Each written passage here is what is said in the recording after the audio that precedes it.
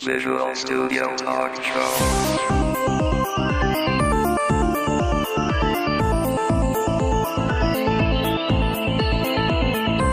Visual Studio Talk Show est une présentation du groupe d'usagers Visual Studio de Montréal et de .NET Expertise. Visual Studio Talk Show. Bienvenue à une nouvelle émission du Visual Studio Talk Show. Le podcast où on discute de construction de logiciels avec la plateforme .NET. Mon nom est Mario Cardinal et aujourd'hui, je suis tout seul. Guy devait s'absenter, en tout cas n'a pas pu se joindre à nous. Est en train de se préparer, le chanceux, pour aller à Amsterdam. On va suivre une formation sur Visual Studio 2008. Donc il va probablement pouvoir nous glisser un mot à son retour sur ce qu'il a apprécié la ville d'Amsterdam. Il y a des choses à apprécier. J'ai deux invités devant moi. Frédéric Caron, Nicolas Guillemot, qui sont tous les deux, qui travaillent tous les deux pour Neuron. Puis on est dans les bureaux de Neuron. C'est spécial. Habituellement, on enregistre au crime qui, eux, nous passent une salle. Mais là, c'était plus simple aujourd'hui de se rencontrer dans leur bureau. Bonjour, messieurs. Bonjour. Bonjour, Mario. Donc, la formule, elle est simple. Je commence toujours par présenter un peu votre biographie. Nicolas, il y a des auditeurs qui vont peut-être te reconnaître parce que tu as déjà fait une émission avec nous il y a presque un an maintenant. Ouais, c'est ça, presque un an en fait. Ouais. On avait parlé de SEO. Oui, c'est ça. Ouais. L'optimisation des engins de recherche. Puis c'est toi qui nous as suggéré de faire une émission avec Frédéric. On a envoyé un courrier, puis on a trouvé l'idée géniale. On s'est dit oui, ça c'est intéressant de parler de comment on peut optimiser la recherche avec Flash.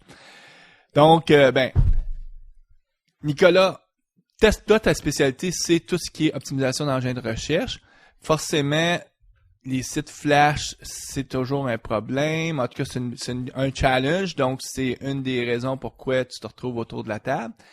Mais votre spécialiste d'optimisation, c'est plus Frédéric. Est-ce que je me trompe, Frédéric? En fait, je suis plus au niveau du développement. Donc, ma spécialité, c'est le développement Flash. Et puis, j'ai travaillé de concert avec Nicolas pour développer cette technique-là. Comment est-ce qu'on peut optimiser les contenus pour permettre au moteur de recherche de trouver ce qu'il y a à l'intérieur de ces films-là, à l'intérieur des films Flash. OK. Donc, écoute, toi, ça fait au moins plus que 10 ans, là, tu fais du développement web. Ça fait un bout, ouais, effectivement. On vieillit tous, hein. Puis là, t'es chef d'équipe Flash chez Neuron. Avant d'être chez Neuron, j'imagine t'étais aussi dans le développement web. Ouais, je travaillais pour une petite boîte qui s'appelle Cedrum SNI. Je sais pas si tu connais. Bon. Tu as eu la formation chez eux à un moment donné. Ouais, je travaillais là. OK. Donc, tout ce qui était recherche textuelle, avait une bonne connaissance. Ouais, moi, j'étais plus au niveau front-end. Donc, effectivement, leur spécialité, eux, c'est les recherches textuelles parce qu'ils font l'archivage de journaux et ces choses-là. Mais moi, j'étais plus au niveau des interfaces. OK. Puis, donc là, ça fait combien d'années maintenant que tu es chez Neuron? Ça va faire 8 ans. 8 ans. Ouais. Donc, puis, est-ce qu'on peut dire que ça fait 8 ans que tu fais du développement Flash? Parce que la technologie Flash n'est pas nouvelle, là. Oui. Ça fait plusieurs années que je le fais à temps plein, mais depuis que je suis rentré chez Neuron, effectivement, j'ai touché à Flash. C'était la version 4 à l'époque. Puis même chez Cedrum, on a fait un peu en 3. Eux étaient beaucoup plus... en fait, c'est l'époque aussi. À cette époque-là, le taux de pénétration n'était pas le même, donc on était beaucoup plus prudent avec ça, surtout avec... on sait qu'on a des problèmes de compatibilité à travers les browsers, fait qu'on voulait joindre le plus de gens possible. Les Flash n'était pas nécessairement quelque chose qui était souhaitable, mais on le faisait plus sur d'autres supports, CD-ROM, ces choses-là. Donc, fait un peu de Director aussi, ces technologies-là. Puis, est-ce que tu as touché un peu développement avec, par exemple, la plateforme .NET de Microsoft, ou tu t'es limité juste à non, Flash? c'est clair que depuis que je suis ici, j'ai fait un peu toutes sortes de choses. Puis oui, effectivement, j'ai fait un peu. Je peux pas dire que j'ai fait du développement, mais j'ai travaillé avec la plateforme. Tu connais la plateforme? Oui, effectivement. Comme Visual Studio d'installer sur mon poste. Puis de la même façon que avant l'entrevue, tu parlais que une des dernières choses que tu t'es amusé à faire, c'est faire du développement pour la plateforme Facebook. Ouais. Qui, elle, est bâtie en P. Donc, tu as probablement aussi une compréhension très grande de, PHP, puis... Oui, ben les langages de programmation, quelque part, sont un peu similaires. Tu sais, c'est des questions de syntaxe, ces choses-là. Puis la philosophie du web est toujours la même. Donc, ouais, je m'amuse un peu à faire de la R&D par-ci, par-là pour aller voir un peu c'est quoi les différentes choses qui sont disponibles, puis comment est-ce qu'on pourrait les utiliser, les exploiter. Puis, Nicolas, quand on avait fait l'émission avec toi, ça fait quoi, 2 ans maintenant que tu es chez Neuron? Ça fait 2 ans et demi maintenant. Ceci étant dit, essentiellement, est-ce que dans ton travail, tu as à toucher aussi la partie programmation ou toi, tu pourrais plus te préoccuper des règles d'optimisation, hein? Ce qui se passe, c'est quand je suis rentré chez Neuron, j'ai vraiment plus travaillé comme intégrateur .NET ici sur les projets, en fait, au niveau HTML. Et puis, tout ce qui était le fait de monter les sites, les interfaces des sites en HTML. Et quand l'ouverture de poste s'est proposée en fait au niveau de l'optimisation des sites pour le référencement, j'ai postulé et puis ça fait maintenant 2 ans que j'ai pris ce poste. Donc c'est vrai que maintenant j'ai beaucoup moins à faire au niveau de l'intégration, mais j'ai quand même beaucoup à regarder, je dirais, le code pour voir tout ce qui est les éléments qui seraient bloquants au niveau du code par rapport au référencement, comme des redirections faites en JavaScript ou des choses comme ça. Donc c'est clair que si on te montre du code JavaScript, t'es capable de le lire, de le comprendre. C'est ça, ouais. Et puis bon, c'est vrai que, comme on disait tout avec Fred, en fait, comme le problème qui a été soulevé avec les sites en Flash, c'est qu'on a essayé justement de se consulter puis de commencer à réfléchir à des solutions, comment optimiser ce genre de site. Ben écoute, au retour de la pause, c'est de ce qu'on va discuter.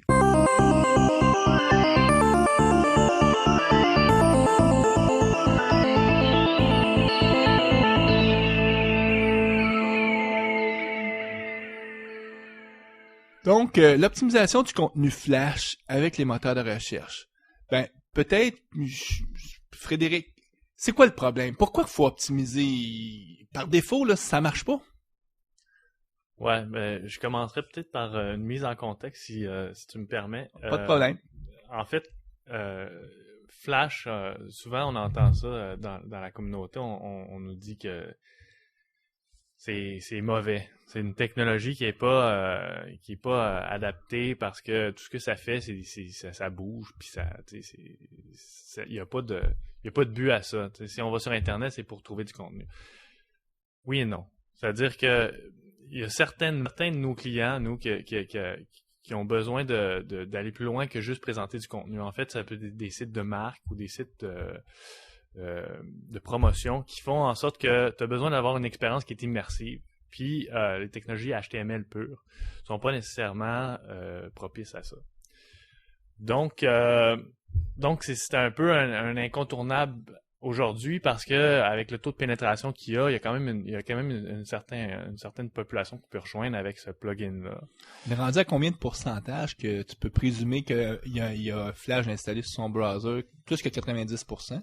Je pense qu'ils disent 98% des internautes avec la version 7, mais ça change à tous les jours. La dernière version est en 9, il doit avoir peut-être 70%. Ce qu'il faut savoir, c'est que le taux de pénétration de Flash est exponentiel, c'est-à-dire qu'il se base sur les versions précédentes pour juste upgrader de façon très, très facile, donc ça les aide énormément.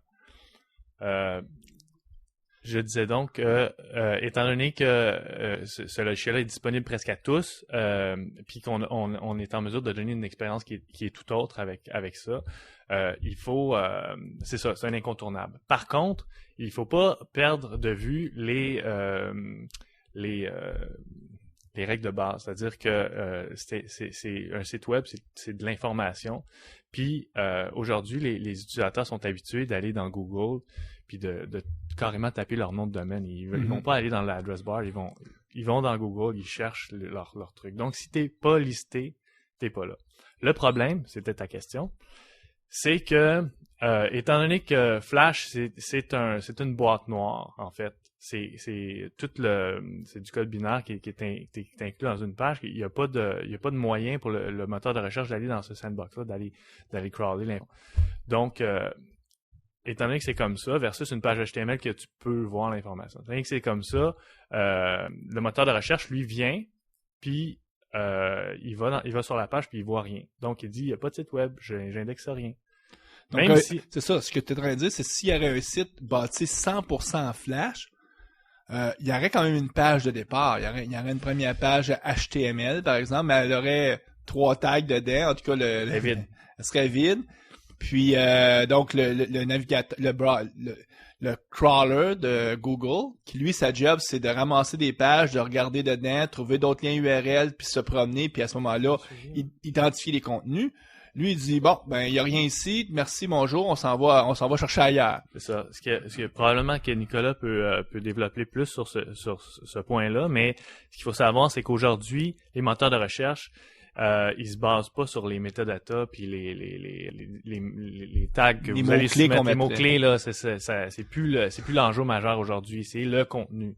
Le moteur de recherche, il vient, il lit le contenu, puis il se base vraiment sur ça. Il dit, la pertinence du site, là, si vous allez arriver premier ou dernier, basé sur le contenu. Les descriptions, les métadatas. Puis comme tu avais expliqué aussi sur les gens qui te référencent aussi, c'est ça qui fait augmenter beaucoup ta crédibilité. Mais c'est sûr qu'au niveau des spiders, quand ils arrivent sur un site internet, la première chose qu'ils vont analyser, évidemment, ça va être le contenu du site, mais ils vont quand même utiliser une balise qui est la plus importante pour le référencement, c'est la balise titre.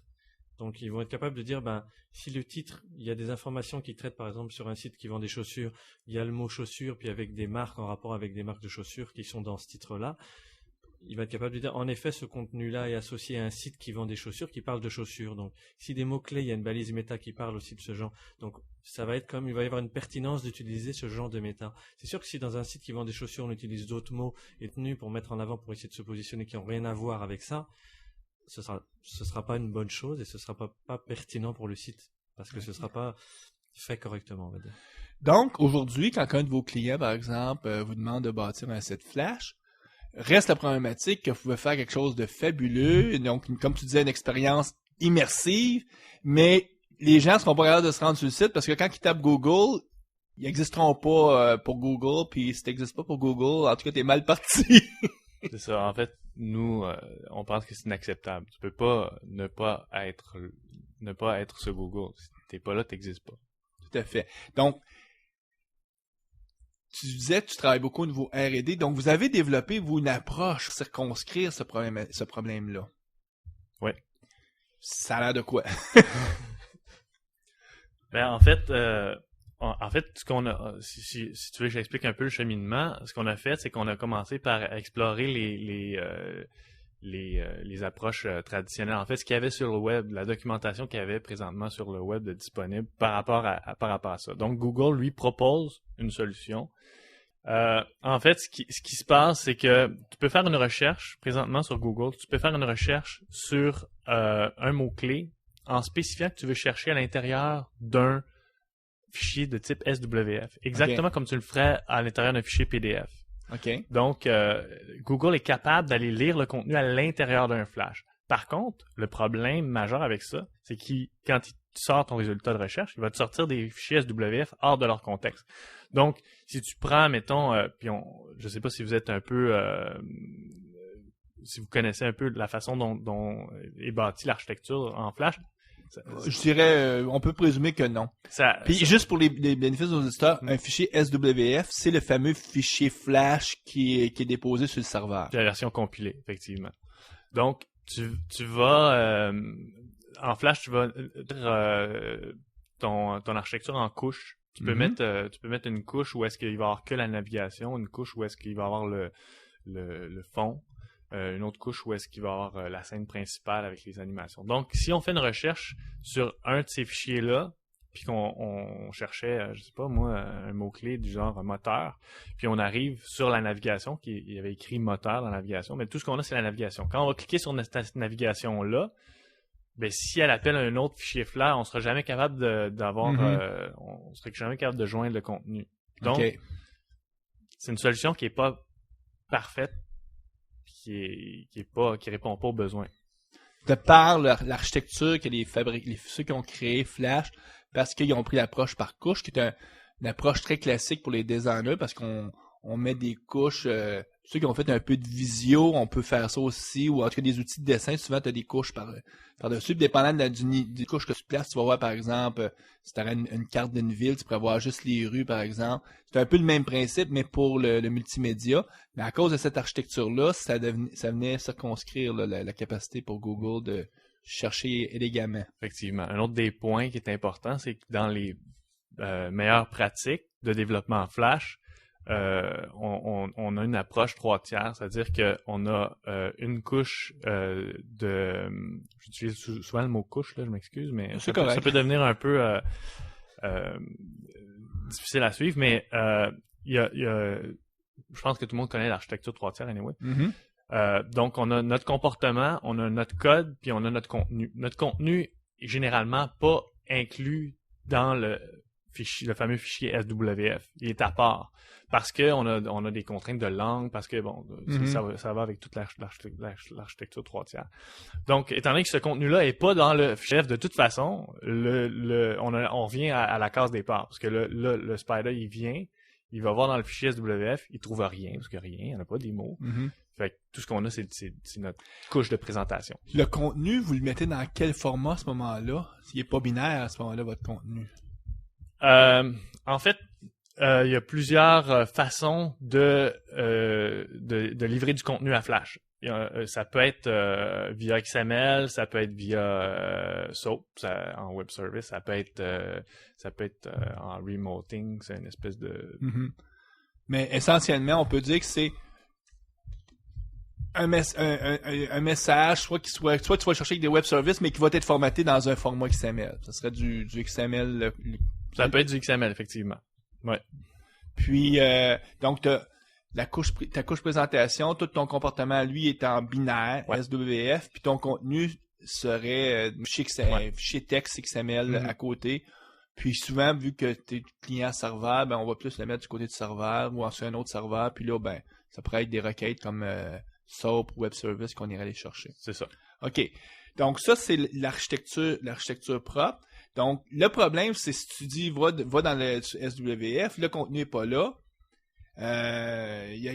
Ça, c'est votre première démarche. Donc, avez-vous comme continué dans une deuxième, troisième? En tout cas, vous avez sûrement pas arrêté là. Vous avez dit non, on n'arrêtera pas, on va trouver une façon de faire. Effectivement. Fait que là, on est arrivé sur une solution que Macromedia propose de dire, nous, on propose si tu fais une recherche sur Internet, tu demandes de faire du SEO avec Flash, ils vont te proposer une espèce d'outil que Macromedia a développé pour aller lire à l'intérieur des fichiers SWF puis extraire le contenu de ça. OK. Donc, puis en extrayant le contenu, ce qu'on imagine qu'ils proposent, c'est de pouvoir exposer ce contenu-là puis de le montrer d'une certaine façon. Mais là, tu vas l'exposer de quelle façon? Ben, c'est là qu'on arrive. Là. OK. Mais c'est parce que tu l'extrais, mais l'engin de recherche, lui, il navigue soit dans des fichiers HTML, en tout cas des pages HTML, ou soit dans des fichiers SWF, des fichiers .pdf. Je pense même qu'ils sont capables d'aller dans les documents Word maintenant. En tout cas, ils se promènent, puis ils cherchent eux autres à référencer. Donc, ouais, c'est ça. Mais le problème, il reste toujours entier. C'est le problème, c'est le contexte. Fait que nous, ce qu'on a fait pour essayer de régler ce problème de contexte-là, on a monter les choses en couches. Mm-hmm. C'est mon mot du jour, je pense. Non, mais regarde, moi, comme architecte, diviser par des couches, c'est comme le premier principe d'une bonne architecture. C'est divise ton problème pour régner, puis des couches, c'est une bonne façon de régler les choses. Donc, ce qu'on a, c'est que le moteur de recherche, lui, est habitué d'avoir une architecture standard, là. C'est-à-dire que il y a des pages, puis ces pages-là font des liens entre elles. Puis lui, là, c'est important pour lui de voir ça comme ça. C'est-à-dire que le problème majeur avec les sites en Flash, c'est qu'il y a une seule page. Mm-hmm. Puis même si on mettait tout le contenu dans cette page-là, pour le moteur de recherche, c'est pas pertinent. Ça prend une architecture. Ça prend plusieurs pages dans lesquelles le contenu va être séparé. Donc, si on ramène ça, justement, d'un point de vue d'architecture, le web est basé sur le principe du REST, tandis que Flash est basé sur une architecture par couche, mais qui respecte pas les principes du web, qui est essentiellement que tu as des pages, tu as des liens URL, puis les liens URL te permettent de naviguer. Puis c'est cette dichotomie-là, ou en tout cas cette problème-là, parce que les engins de recherche, eux autres, ils sont bâtis pour valider le web. Puis s'ils rencontrent un autre type de technologie qui respecte pas le pattern, ça marche plus. Donc vous, ce que vous avez essayé de faire, c'est raccorder le monde Flash au pattern du modèle web, si je te suis bien. C'est exactement ça. Ce qu'on a fait, c'est qu'on a dit on va prendre une architecture traditionnelle sur laquelle on va ajouter la possibilité de présenter la chose avec Flash ou pas. C'est-à-dire que on a des pages HTML avec une navigation HTML qui lie les pages entre elles. Mm-hmm. Puis sur chacune de ces pages-là, on propose à l'utilisateur, si l'utilisateur il vient sur le site, on lui propose via JavaScript de prendre ce contenu-là puis de lui ajouter une couche de présentation Flash à ce contenu. OK. Donc là, parce qu'il y a un des principes, je me souviens de l'émission qu'on avait faite avec Nicolas, si tu fais parce qu'il y a une approche, je vais faire un site HTML à côté de mon Flash, puis là, je vais dire le Spider, lui, il va référencer ça, mais Google sont assez intelligents que s'ils se rendent compte que c'est un site un peu fictif, qui n'est pas le vrai site, ils vont même te blacklister. Donc, comment tu t'assures de ne pas te retrouver... Non, parce que ce qui se passe, c'est que c'est bien que tu abordes ce sujet-là, parce que l'idée, c'est vraiment qu'on ne propose pas un site qui va être un autre site. Okay. C'est vraiment qu'on va extraire. Tu me corriges, Fred, si ça correspond pas à ce qu'il en est vraiment, mais l'idée, c'est qu'on extrait les contenus qui sont vraiment les contenus qui sont dans les flashs. On et crée on une propose page les mêmes HTML, contenus, voilà, avec les mêmes contenus. mais Donc, avec du JavaScript dedans, on va lancer l'exécution Flash, ou j'essaie de comprendre. On présente, en fait, il faut voir ça comme étant vraiment, encore une fois, là, c'est que le HTML, il est là. Il existe. Il est là. On le présente, le HTML. il est même principal. C'est même la priorité au début. Oui, Okay. c'est la base. La page, c'est une page HTML dans laquelle il y a du contenu HTML, il y a des liens HTML vers d'autres pages HTML, mais qu'on va avoir ajouté par-dessus une couche de présentation Flash qui va présenter le même contenu qu'on a dans la page HTML, exactement à la virgule près, mais il va bouger, il va y avoir un peu d'animation. En fait, je vous dirais que c'est le principe c'est le principe de dégradation. Ouais, des niveaux, tu sais, C'est comme un CSS, Mm-hmm. par exemple, qui présenterait une image avec un alternate en arrière. OK, donc là, juste pour situer avec nos auditeurs, CSS, ça veut dire Style Sheet. Puis essentiellement, c'est... Tu préfères un site juste avec des balises HTML, aucune présentation de net, tu y appliques un CSS, bling, le site devient tout beau parce que le CSS lui dit quelle couleur mettre, ces choses-là. Donc, c'est tout, finalement, tes directives de présentation que tu vas mettre dans le CSS. Donc, ce que tu es en train de nous dire, c'est que toi, le site web que vous faites, il doit être juste des balises HTML. Il doit même pas avoir aucune règle de présentation dedans. Exactement ça. Si tu désactives le JavaScript, puis tu vas sur ce site-là, tu vas voir que du HTML. Donc, tu vois juste des balises, ça va être un site très laid. Ouais, c'est très aride. On peut proposer un habillage aussi adapté. Puis là, votre habillage, bon, vous devez avoir un habillage CSS qui est attaché à votre page HTML, ou bien vous dites, non, mon habillage sera pas CSS. L'habillage est Flash. Votre habillage va être Flash. Ouais. Puis en faisant ça, pour Google, lui, est heureux. Il dit, moi, je trouve du contenu, je peux le référencer, puis qu'il soit présenté visuellement à l'utilisateur en Flash.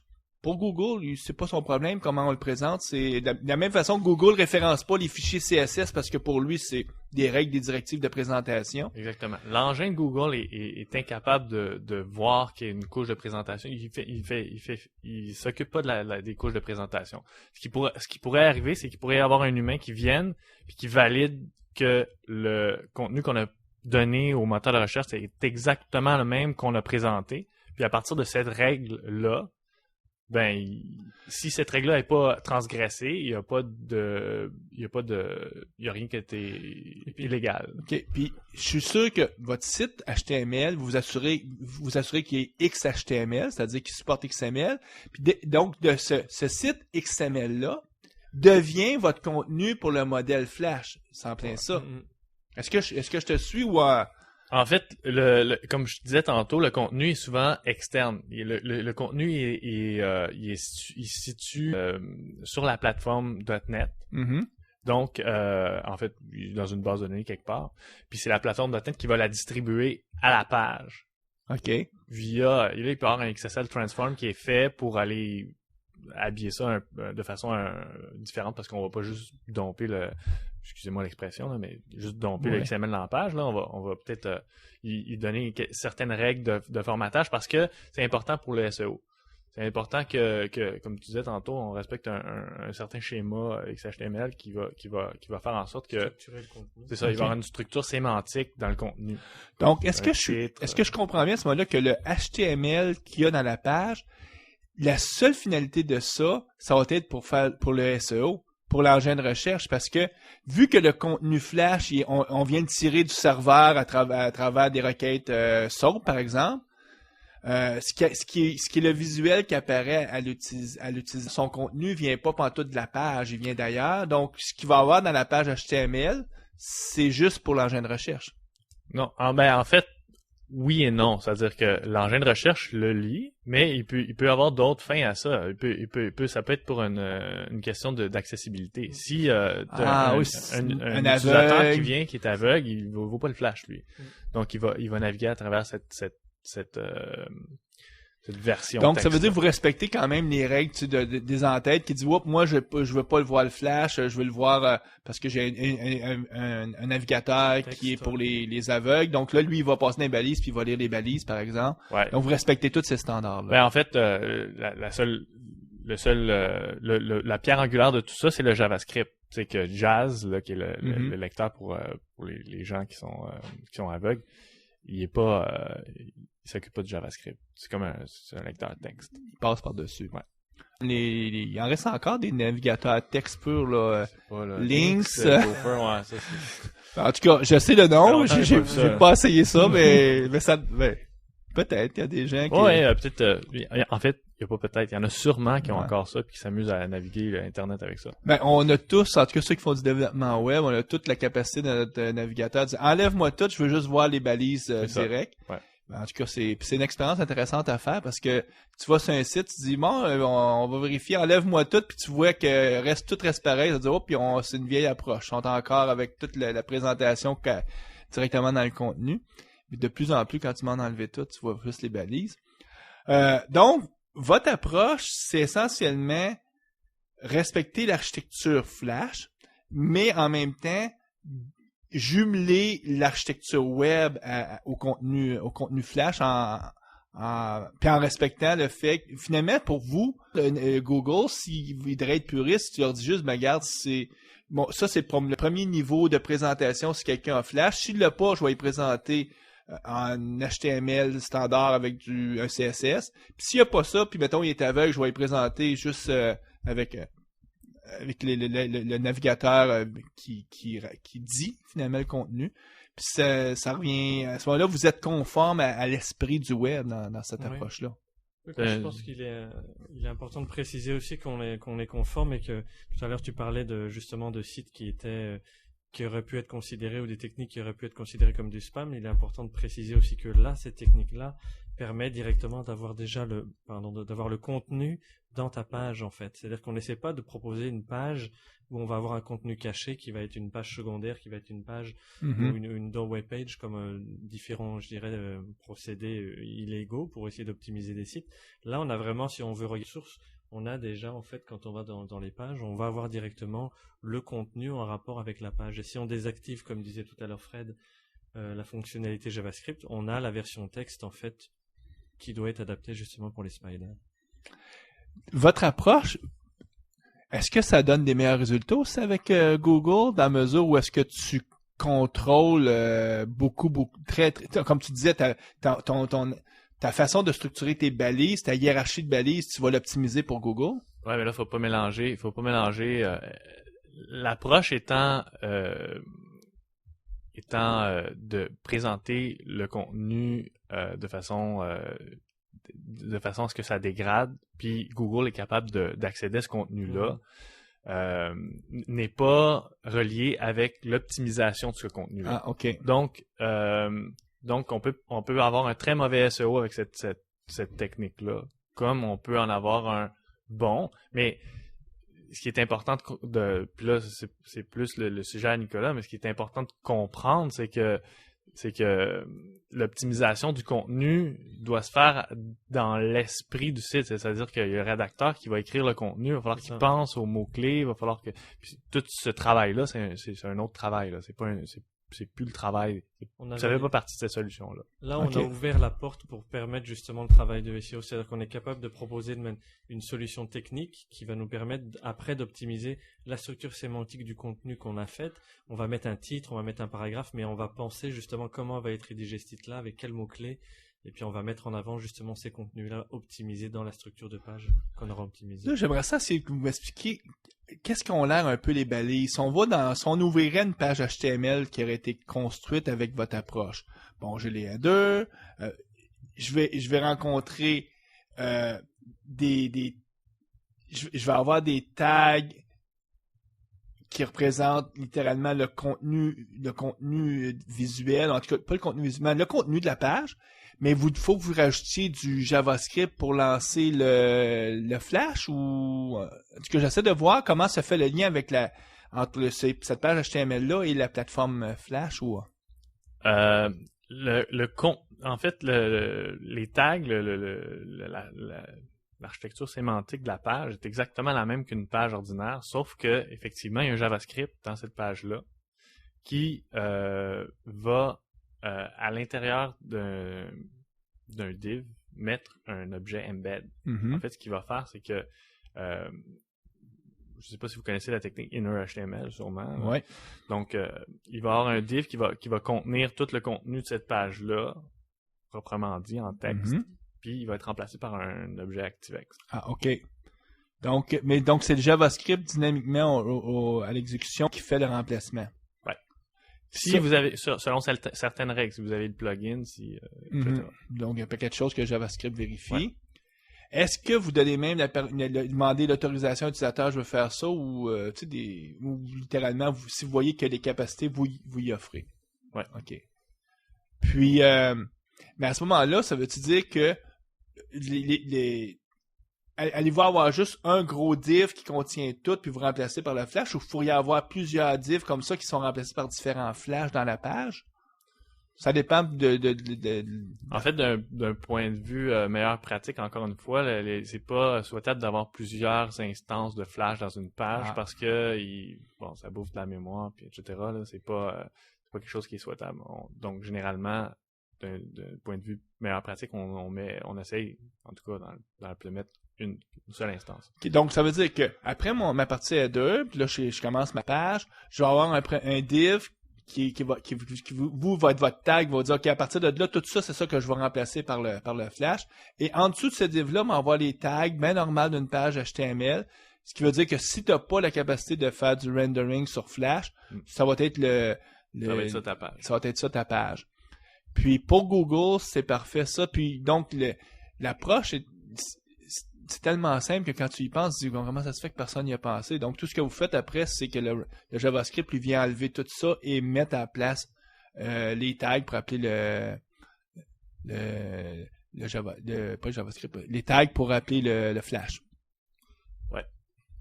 Puis, donc ça, c'est sur le page load à ce moment-là que vous faites vérifier toutes ces choses-là. OK. Je comprends l'idée. Je suis pas un spécialiste de développement web, mais je comprends l'idée. Puis, cette approche-là, est-ce que vous avez des échos que ça pourrait être mal perçu par les Google de ce monde? Ou? En fait, ce que nous, on a fait, on est allé sur les sites de règles. Mm-hmm. Puis les guidelines. On a regardé chacune des guidelines qui avaient été émises par Google.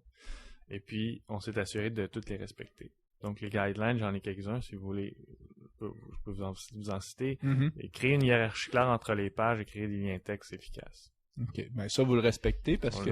On le fait. Tester le fonctionnement du site avec un browser texte. Ils proposent eux-mêmes dans leur guideline de dire allez sur le site avec un browser texte, vous allez voir ce que ça donne. Mais ça veut dire que vous, est-ce que votre JavaScript détecte aussi que, oups, là, c'est un spider qui vient de visiter, puis Non, là, non. Les ça, c'est pas les ça, il y a pas spiders ça. supportent pas le JavaScript. Ils s'en foutent.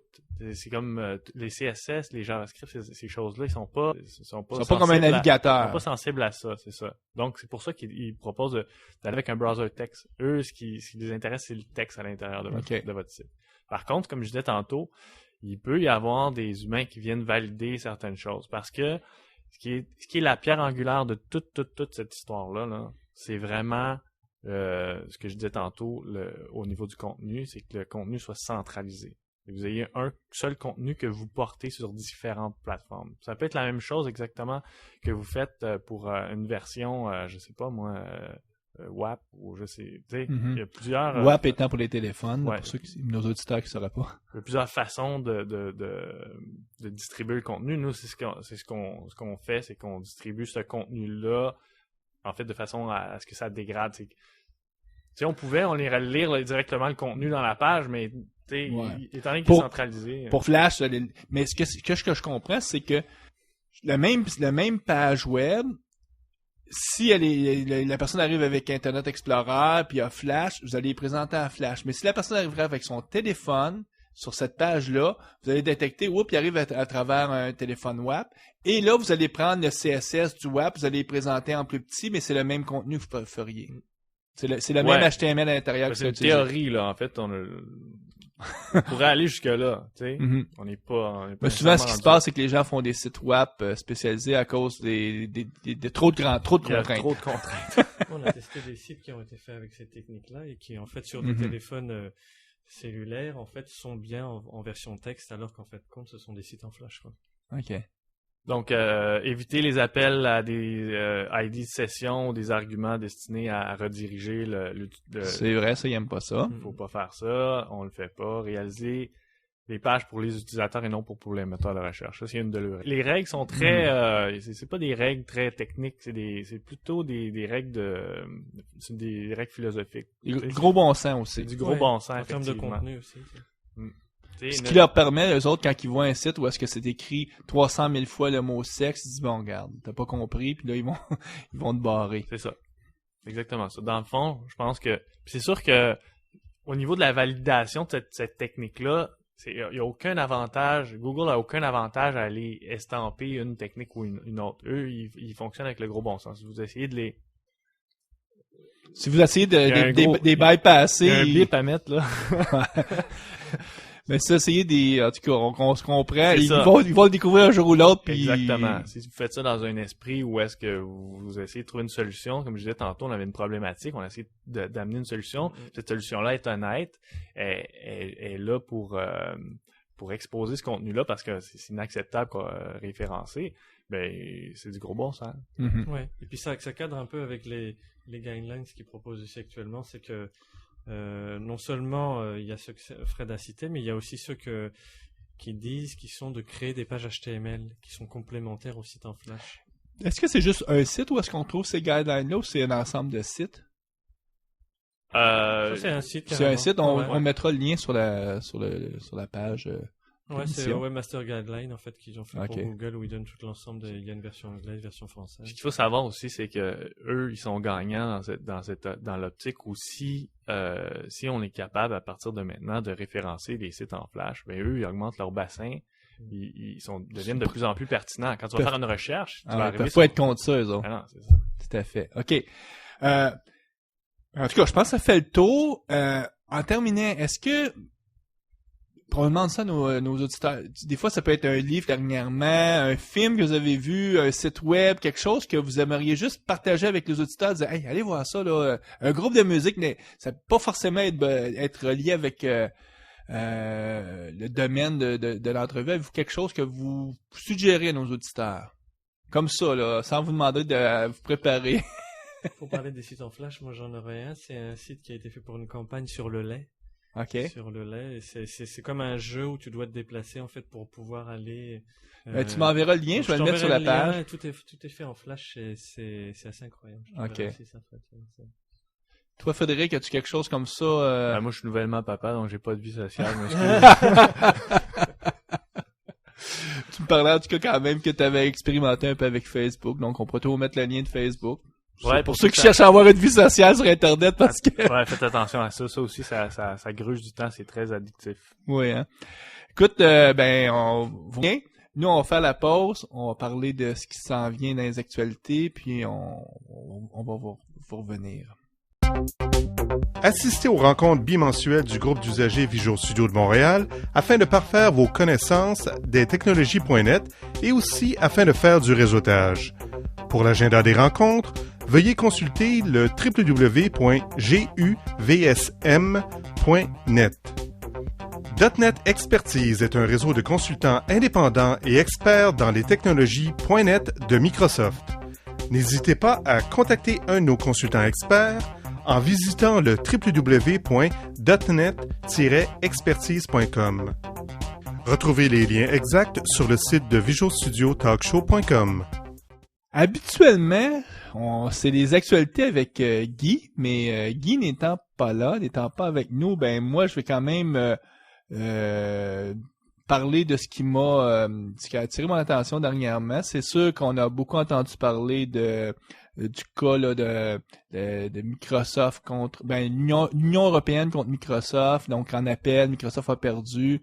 On mettra le lien pour cette annonce-là pour ceux qui veulent en savoir plus. Qu'est-ce que ça veut dire à court terme? Ça change grand-chose parce que Microsoft avait déjà créé une version de leur système d'exploitation dans lequel ils mettaient pas le Windows Media Player, parce que pour ceux qui ne sauraient pas, la cause c'est que essentiellement, ça remonte à il y a très longtemps, 93, Novell disait Microsoft prenne un avantage concurrentiel parce qu'ils bundle avec le système d'exploitation des fonctionnalités, des logiciels qui empêchent d'autres compagnies de pouvoir les compétitionner vraiment, que ce soit, par exemple, dans ce cas-là, par exemple, un lecteur pour faire jouer de la musique.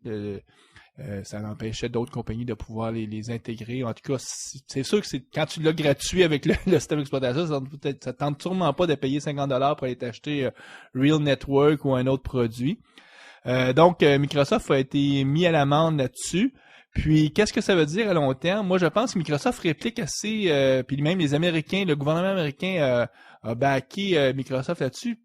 Microsoft, ce qui les énerve, à mon avis, c'est plus la question que je soupçonne que dans le futur, ils vont vouloir attacher à Windows des services Internet qui pourraient peut-être venir gratuitement. Puis là, ça pourrait être aussi une façon de pouvoir peut-être réussir à reprendre du poids de la bête contre Google. Puis si là, ils se font dire qu'ils n'ont pas le droit, ils se disent ouais, à long terme. Donc, je pense pas que c'est vraiment de pouvoir continuer à grossir et ajouter des fonctionnalités dans l'OS qui achale tant Microsoft que la capacité de pouvoir offrir de plus en plus des services avec l'approche logicielle par service. C'est la grosse nouvelle. Qu'est-ce qui s'en vient du côté du GUVSM? En octobre, le 15, Julian Herman va venir nous parler de Entity ADO.NET Entity Framework. C'est lundi, le 15 octobre. Et la semaine suivante, le lundi le 22 octobre, dans le groupe d'intérêt d'architecture, on va avoir Jim Ogonen, qui est un des architectes qui travaille chez Microsoft, qui a développé toutes les fonctionnalités dynamiques du framework, qui va nous parler justement des langages dynamiques. Ça, c'est le 15 et le 22. Puis on rappelle aux auditeurs que le Code Camp qu'on organise à Montréal, c'est le samedi 27 octobre. C'est gratuit. Il y a de la place pour 350 personnes. 17 présentations dans la journée. C'est gratuit, mais il faut que vous inscriviez. Donc, allez sur le site, c'est codecampmontréal.com. Puis, inscrivez-vous. Venez en grand nombre. L'année passée, ça a été un grand succès. On avait eu... en tout cas, ça se remplit vite. Hein. Faites ça vite, sinon vous allez vous retrouver à être sur les listes d'attente. Ça fait le tour des actualités. Étant tout seul, je fais ça rapidement. Écoutez, Frédéric, Nicolas, je vous remercie encore. Merci à vous. Merci à vous. Très, en tout cas, même si ça sort un peu du cadre.net, je trouve que c'est très formateur pour les développeurs.net. En tout cas, ceux qui font du web, là, je pense qu'il faut qu'ils soient familiers avec ça. Et nous, on revoit nos auditeurs au début octobre. On va recevoir Simon Laroche et on va parler de tests unitaires, en tout cas de mock-objets, en tout cas comment faire des tests unitaires plus sophistiqués que juste les approches classiques qu'on connaît. Donc, sur ça, je vous souhaite bonne programmation. On se revoit dans 2 semaines.